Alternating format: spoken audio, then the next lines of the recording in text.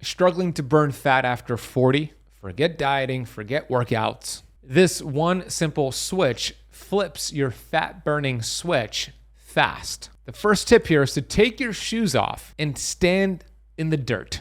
Okay, I'm being serious here. This is called grounding. It's also called earthing. And it's the fat loss biohack that nobody's talking about. I know it sounds woo-woo, but stay with me because there's science to back it up. Grounding or earthing is simply walking barefoot on natural surfaces, grass, dirt, sand. You see, when you connect with the Earth's surface, your body absorbs negatively charged electrons. These electrons neutralize oxidative stress and inflammation, which is a key blocker of fat loss, especially as we age. It's like taking a handful of antioxidants or a Tylenol or an Advil without those side effects. And you know what? It's completely free. Most people that are inflamed, especially as you age, after the age of 40, it's because of high chronic inflammation. When you have high chronic inflammation, you have high levels of cortisol, the stress hormone, which then leads to stubborn fat storage because your belly fat and visceral fat have twice as many receptor sites for cortisol than regular subcutaneous fat, and it leads to more fat storage. Enter grounding and earthing. Chapter 11 of Metabolic Freedom goes deep into the science, and one of the studies I cited in Chapter 11 is this study. A study in the Journal of Inflammation Research found grounding reduces HSCRP levels. HSCRP stands for high sensitivity C-reactive protein. It's one of the most common blood tests for inflammation. And it also showed in the study that grounding improves cortisol rhythm dysfunction. So just doing this for 15 minutes per day can support blood sugar, sleep, and fat burning. Now, the more you do of it, if you could get up to an hour a day or even more, you'll get even more results. It thins your blood, it lowers inflammation. You see, the earth is struck by lightning thousands and hundreds of thousands, if not millions of times per second across the world, and it's electrically charged. When you put your feet on earth, as I mentioned, it neutralizes oxidative stress and inflammation in your body. The problem is this: so many people wear rubber sneakers or rubber soles inside of their sneakers, which blocks you from grounding. This is a big problem. So 15 minutes a day of grounding is your first step here. Let's move on to the second step in your protocol. Walk after you eat, especially after your biggest meal of the day, which is typically dinner for most people. Like, walking is your secret metabolic weapon in general, but timing it after your walk enhances your fat burning capabilities. After the age of 40, insulin sensitivity naturally declines, leading to higher blood sugar spikes and essentially more fat storage. Post-meal walks have been proven to lower what's called postprandial glucose, your glucose after eating a meal, and insulin levels by 30% or higher. Even a simple 10-minute walk makes a huge difference, especially after your biggest meal of the day, which again, usually it's dinner for most people. You'll improve digestion. You'll support muscle insulin uptake, which means when you eat food and you don't go for a walk, there's going to be a blood sugar response. Your blood sugars will increase. Insulin is produced by your pancreas to clear that excess glucose and pack them into your cells. The more insulin that is produced, the faster and longer you stay in a fat storage state. When you go for a walk, it activates something called the GLUT4 transporters, which then mitigates that glucose from increasing as high as it would have without the walk, meaning less insulin is produced, more of it's being used for energy, and you get back into a fat burning state much faster. And lastly, it also activates your fat burning gene called AMPK, which is really important. Plus, what I love about walking after a meal is that it doesn't activate cortisol like an intense workout, especially if you're already stressed. So set a timer, go for at least a 10-minute walk after your biggest meal of the day. And if you could increase that to a 30-minute walk, even better. The question I always get asked, how soon after eating should I go for the walk? Right after. If it's 30 minutes after, that's fine, but the biggest benefit is right after the meal. The third step in your protocol is to boost oxytocin to lower cortisol. The love hormone oxytocin is the switch that turns off cortisol. Cortisol is a catabolic fat storage hormone, especially your belly fat. I already mentioned it, but I think it's worth saying it again. Inside of your stomach, inside of your belly, you have your organs. You have your heart, your liver, your kidneys, your pancreas. These are vital organs that accumulate fat. This is called visceral fat. This visceral fat applies pressure to your organs, which increases, of course, weight gain, but also inflammatory diseases like cancer, heart disease, diabetes, PCOS, insulin resistance. There are twice as many receptor sites for the hormone cortisol in your visceral fat than the healthy subcutaneous fat around your body. That means when you have high levels of cortisol, you are automatically storing visceral fat. What's the solution? What's the antidote? Oxytocin. As soon as you produce oxytocin, you lower cortisol, and it helps with the cortisol belly. That is a thing. People have talked about the cortisol belly before. I have. It is a real thing. Oxytocin not only buffers cortisol, it improves sleep, promotes calmness, and even regulates appetite. And you don't need a supplement. Oxytocin is free. So how do you produce oxytocin? My favorite way is to take, this is funny because I just said you don't need a supplement. This is a supplement. Vitamin G. Now, vitamin G is the feeling of gratitude.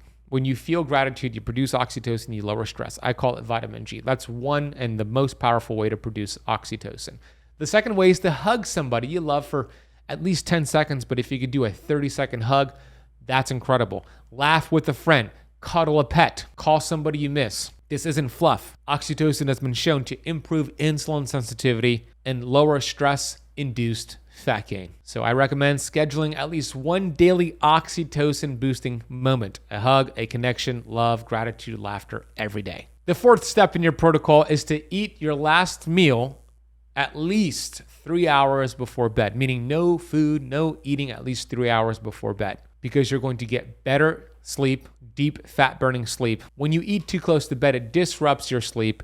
It disrupts your appetite. It creates cortisol and blood sugar imbalances, and you wake up feeling hungry. Not good. Deep and REM sleep are two of the most important sleep stages to get fat loss and to wake up with a slim waist.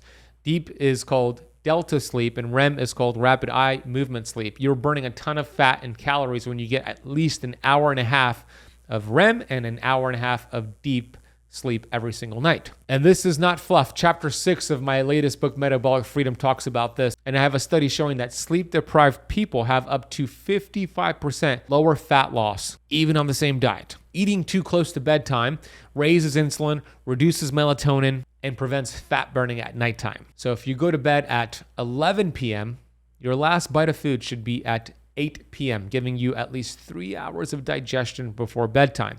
Now, if you want even more results here, give yourself at least 5 hours of fasting before bedtime. So same example, if your bedtime is 11 p.m., you should be done eating by 6 p.m.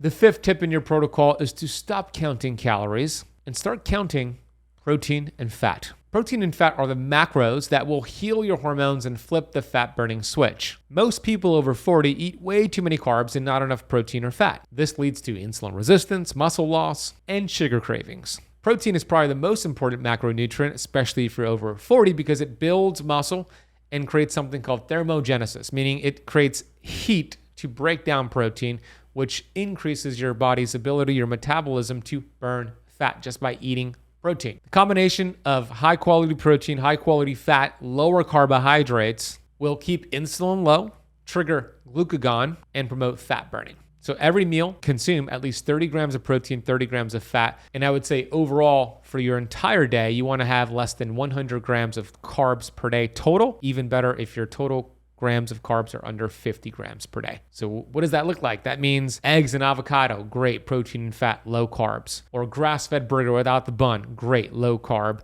high protein, high fat. Steak and eggs, great, high protein, high fat. Those are some examples. Your sixth step in your protocol is morning sunlight. This is a metabolic reset. This is a circadian biohack that boosts leptin, which is the hormone that tells you you're full, stop eating. It improves sleep and turns on fat burn. Early morning sun exposure sets your circadian rhythm, boosts serotonin, and leads to higher melatonin production at night. Melatonin is great for that deep fat burning sleep. It's also your mitochondria's most important antioxidant. Morning light improves leptin sensitivity, which helps regulate appetite, energy, and mood throughout the day. So in the morning, expose your body and your eyes, so no sunglasses, to sunlight within 30 minutes of waking up. 10 to 20 minutes daily is ideal. The seventh step in your protocol is to hydrate with electrolytes first thing in the morning. Dehydration mimics hunger and slows fat metabolism. So before you go on that morning walk, you want to do this right here. After 7 to 8 hours of sleeping, you're naturally dehydrated. Drinking high quality plain water like spring water is good, but with minerals, it's better. It activates digestion, rehydrates cells, and jumpstarts your metabolism. So you want to include sodium, potassium, magnesium in your 8 to 16 ounces of high quality water, and maybe add a pinch of sea salt and a squeeze of lemon. Mix that together, and you're going to get a concoction of minerals and electrolytes to fuel every single cell inside of your body. Now I'm going to get to the common questions you asked on this topic. Before I do, I want to give you a resource, which is a free ebook for you to burn 10 pounds of fat in 7 days following 3 easy steps. Scan the QR code on the screen for those watching to download this for free, or go to burnfatbook.com to download your free copy. Also, I'm doing a keynote speaking tour for my latest book, Metabolic Freedom. I'd love to see you in person. We're doing book signings, we're doing meet and greets, and I'm speaking across the United States and across the Middle East in the next few months. If you go to benazadi.com/events or click the link in the notes down below, you could see my upcoming speaking dates. Now let's get to your questions. Can I still lose fat using these tips if I'm in menopause or perimenopause? Yes, you can, especially the tips in this lesson for you ladies on oxytocin, morning sunlight, and sleep. Those are the 3 most important things for perimenopausal and postmenopausal ladies. So I would hone in on those and really master those 3 things. What if I can't walk after dinner due to my schedule or weather? Will morning walks still help? It will still help. Absolutely. So find whatever fits your schedule. If you can't make it happen after dinner for whatever reason, find another way to do it. Lunch or breakfast will suffice. What if I live in a city with no grass or dirt? How can I ground myself without nature? Well, there's trees around. If you find a tree, this might sound woo-woo. I'm kind of hesitant to say it, but if you hug a tree, you actually get the grounding benefits. So you're going to become a tree hugger. Now, there's some other companies that have grounding mats and sheets that you can check out as well. Can I drink black coffee in the morning before grounding or sunlight, or will that mess up the benefits? You can, but ideally you want to wait an hour and a half after waking up to have your caffeine. I actually talk about that in chapter 11 of Metabolic Freedom, because I talk about the fat burning effects of coffee done the right way. So if you wait an hour and a half, you'll get much more benefits. So I would recommend that, but if you choose to have the coffee before your walk, go for it. How much protein should I eat per day in total, not just per meal?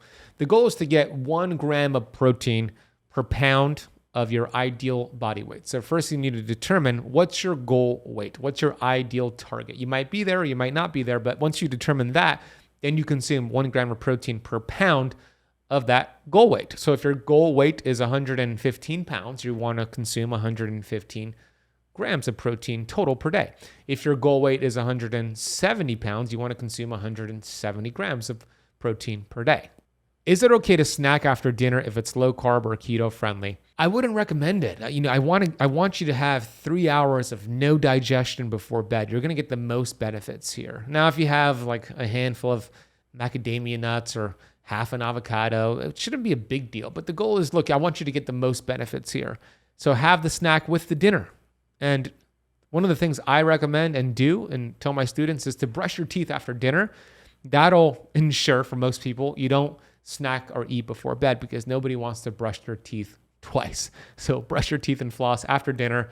Hopefully that'll do the trick for you. So that 7-step protocol works like magic. I cannot wait to see your comments and to see your results. Thanks for watching and thanks for listening. And by the way, I have a 14-day protocol on a lesson I just outlined on what to do, easiest diet to follow to reduce that visceral fat we spoke about. Here's a clip from that lesson. Click the video on the screen. I'll see you in that next lesson. And I tried so many different approaches, and it wasn't until I followed this approach that I'm gonna share with you these 7 steps to burn visceral fat. That's what I achieved in a short amount of time, and I'm gonna lay it all out for you right now. The first step to burning visceral fat is to lower a hormone called insulin. When this hormone insulin is elevated,